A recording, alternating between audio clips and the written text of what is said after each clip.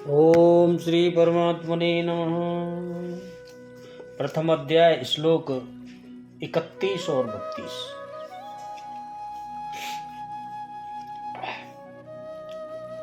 अपनी विषाद युक्त स्थिति का वर्णन करके अब अर्जुन अपने विचारों के अनुसार युद्ध का अनौचित्य सिद्ध करते हैं। क्या कहते हैं अर्जुन?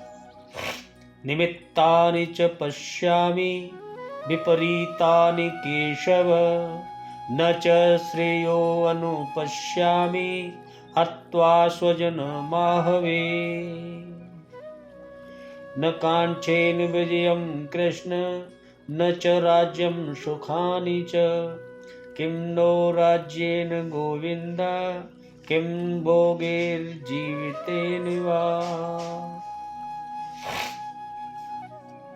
अर्जुन बोले, हे केशव, मैं लक्षणों को भी विपरीत ही देख रहा हूं तथा युद्ध में स्वजन समुदाय को मारकर कल्याण भी नहीं देखता। और हे कृष्ण, मैं न तो विजय चाहता हूं और न राज्य तथा सुखों को ही। हे गोविंद, हमें ऐसे राज्य से क्या प्रयोजन है अथवा ऐसे भोगों से और जीवन से भी क्या लाभ है जिसमें अपने ही न रहे।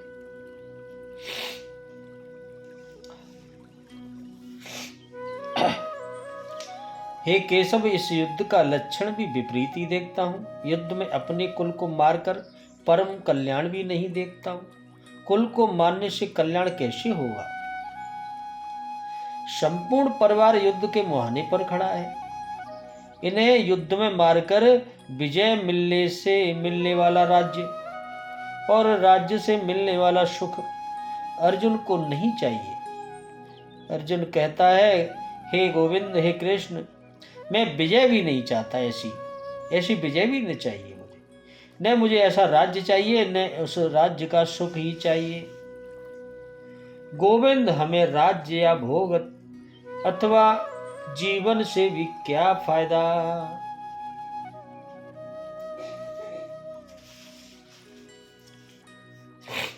किसी भी क्रिया के भावी परिणाम की सूचना देने वाले शगुन आदि चिन्हों का लक्षण कहाँ जाता है? निमित्तानि पद इन्हीं लक्षणों के लिए आया है। अर्जुन लक्षणों को विपरीत बतलाकर यह भाव दिखला रहे हैं कि असमय में ग्रहण होना, धरती का कांप उठना और आकाश से नक्षत्रों का गिरना आदि बुरे शकुनों से भी यही प्रतीत होता है कि इस युद्ध का परिणाम अच्छा नहीं होगा। इसलिए मेरी समझ से युद्ध न करना ही श्रेयस्कर है।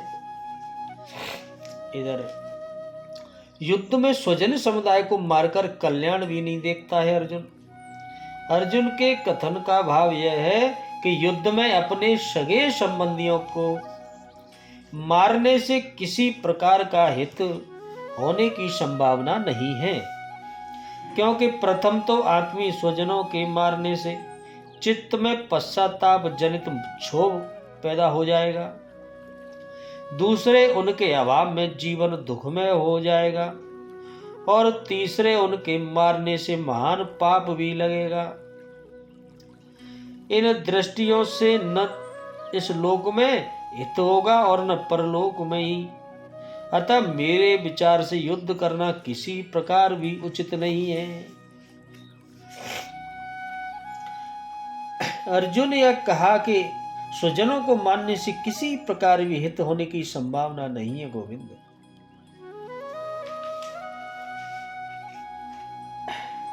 अर्जुन अपने चित्त की स्थिति चित्र खींचते हुए कहते हैं बिल्कुल स्पष्ट कि हे कृष्ण, इन आत्मीय स्वजनों को मारने पर जो विजय, राज्य, सुख मिलेंगे वे मैं उन्हें जरा भी नहीं चाहता हूं।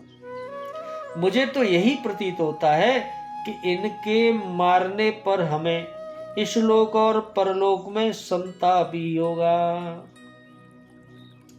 फिर किस लिए युद्ध किया जाए और इन्हें मारा जाए? क्या होगा ऐसे राज्य और भोगों से? मेरी समझ से तो इन्हें मारकर जीने में भी कोई लाभ नहीं है। अब अर्जुन स्वजन वध से मिलने वाले राज्य भोगादियों को न चाहने का कारण बताते हैं। क्या कहते हैं? 33वां श्लोक। सामर्थ्ये कांक्षितं नो राज्यं भोगा सुखानि च नैवे अवस्थिता युद्धे प्राणास्त्यक्त्वा धनानि च।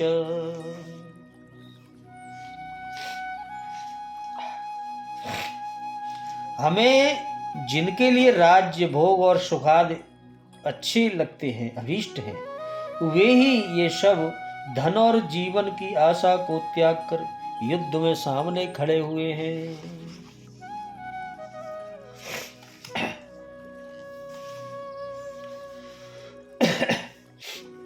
हमें जिनके लिए राज्य भोग सुखादि इच्छित है, जिन इच्छा तो इसीलिए राज्य और भोग की, सुख की, वे ही परिवार जीवन की आशा त्याग कर युद्ध के मैदान में खड़े हैं और परिवार के लिए ही राज्य चाहिए, भोग चाहिए, सुख चाहिए।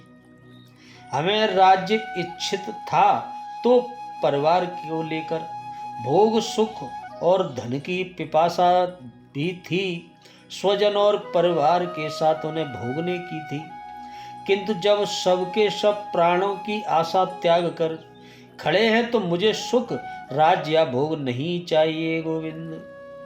अर्जुन बोले, यह सब इन्हीं के लिए प्रिय थे, इनसे अलग होने पर हमें इनकी आवश्यकता नहीं है। जब तक परिवार रहेगा तभी तक ये वासनाएं भी रहती हैं। परिवार है तो वासना है, परिवार नहीं है तो वासना ही खत्म। झोंपड़ी में रहने वाला भी अपने परिवार, मित्र और स्वजनों को मारकर विश्व का साम्राज्य स्वीकार नहीं करेगा। किसी को अपना परिवार मार के और पूरे दुनिया का साम्राज्य मिल रहा हो तो वो क्या करेगा उसे लेके? अर्जुन भी यही कहता है कि हमें भोग प्रिय थे, विजय प्रिय थी, किंतु जिनके लिए थी ये सब प्रिय, जब वे ही नहीं रहेंगे तो भोगों से क्या फायदा? क्या करेंगे फिर? इनका क्या प्रयोजन है?